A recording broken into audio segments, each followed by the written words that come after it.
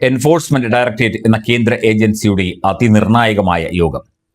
കേരളത്തിൽ ED അന്വേഷിക്കുന്ന നിരവധി പ്രമാദമായ കേസുകളുണ്ട്. ഈ കേസുകളെക്കുറിച്ചൊക്കെ അതിൻ്റെ അന്വേഷണ രീതികളെക്കുറിച്ചും മറ്റു കാര്യങ്ങളെക്കുറിച്ചും വിശദമായി ചർച്ച ചെയ്ത് നടപടി സ്വീകരിക്കുന്നതിനും നടപടി എടുക്കുന്നതിനും വേണ്ടിയുള്ള നിർണായകമായ യോഗമാണ് കൊച്ചി ED ആസ്ഥാനത്ത് നടന്നത് എന്നുള്ളതാണ് റിപ്പോർട്ടുകൾ. പ്രധാന കേസുകളുടെ ഇപ്പോഴത്തെ സ്ഥിതിഗതികൾ ഇപ്പോൾ വിലയിരുത്തും. പുതിയ കേസന്വേഷണത്തിന്റെ പുതിയ രീതികൾ ആവിഷ്കരിക്കും. അങ്ങനെ പല കാര്യങ്ങളും ഈ ഒരു യോഗത്തിൽ ചർച്ചയായി. 2 ദിവസത്തെ നിർണായക അവലോകന യോഗം കൊച്ചിയിൽ ചേരുന്നു. CMRL എക്സാലോജിക് സാമ്പത്തിക ഇടപാട് കേസ്, അവയവ കച്ചവട കേസ് ഉൾപ്പെടെ ഉള്ള കേസുകളുടെ നിലവിലെ അന്വേഷണം പുരോഗമിക്കുന്ന പ്രധാന കേസുകളുടെ സ്ഥിതിഗതികളാണ് യോഗം വിലയിരുത്തുന്നത്. തീർച്ചയായിട്ടും ഇത് ഒരു അതിപ്രധാനമായ യോഗം തന്നെയാണ്. ED അന്വേഷിക്കുന്ന നിരവധി കേസുകളും മറ്റു കാര്യങ്ങളും ഒക്കെ തന്നെ ഇതിനു മുൻപും ഉണ്ടായിട്ടുണ്ട്, ഇപ്പോഴുമുണ്ട്. എല്ലാത്തിൻ്റെയും പ്രധാനമായിട്ടും ഈ CMRL എക്സാലോജിക് കേസാണ്.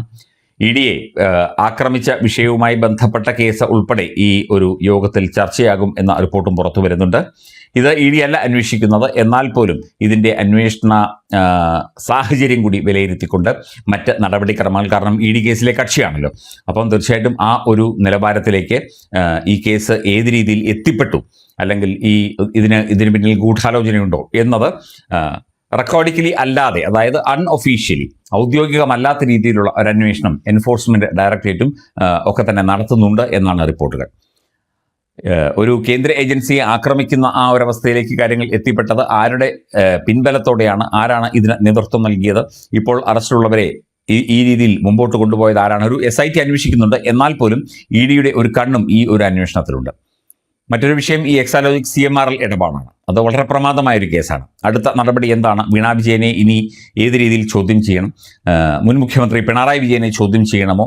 ഇതിൽ ഉൾപ്പെട്ട മറ്റ് വ്യക്തികളെയും സംഘടനകളെയും അതുപോലെ ശശിധരൻ കർത്തായെയും ഒക്കെ തന്നെ ഏത് രീതിയിൽ ഇനി ചോദ്യം ചെയ്യണം തുടങ്ങിയ കാര്യങ്ങളെക്കുറിച്ചൊക്കെ തന്നെ ഈ 2 ദിവസത്തെ അവലോകന യോഗത്തിൽ ചർച്ചയാകും എന്നാണ് റിപ്പോർട്ടുകൾ.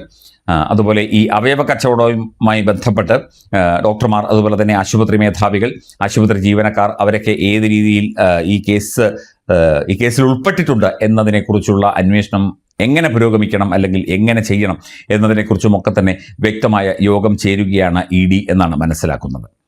ഇത് പ്രത്യേക കേന്ദ്ര ആഭ്യന്തരമന്ത്രി അമിത്ഷായുടെ പ്രത്യേക നിർദ്ദേശപ്രകാരമാണ് കേരളത്തിലെ ED ഉദ്യോഗസ്ഥർ ED ഡയറക്ടറേറ്റ് ഓഫീസിൽ യോഗം ചേരുന്നത്. എല്ലാ വിഷയങ്ങളിലും കൃത്യമായ കണ്ണോടുകൂടി തന്നെ അമിത്ഷാ ഡൽഹിയിൽ ഇരിക്കുകയാണ്.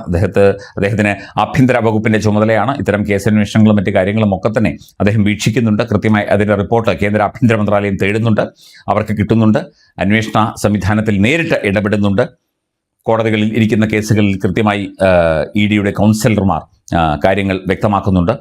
ഈ രീതിയിൽ മുമ്പോട്ട് പോവുകയാണ് ഇപ്പോൾ അന്വേഷണ സംവിധാനങ്ങൾ. അതായത് കേസുകളൊന്നും തേഞ്ഞു മാഞ്ഞു പോകുന്നില്ല, കേസുകളൊന്നും അഡ്ജസ്റ്റ് ചെയ്യപ്പെടുന്നില്ല, ഹൈജാക്ക് ചെയ്യപ്പെടുന്നില്ല.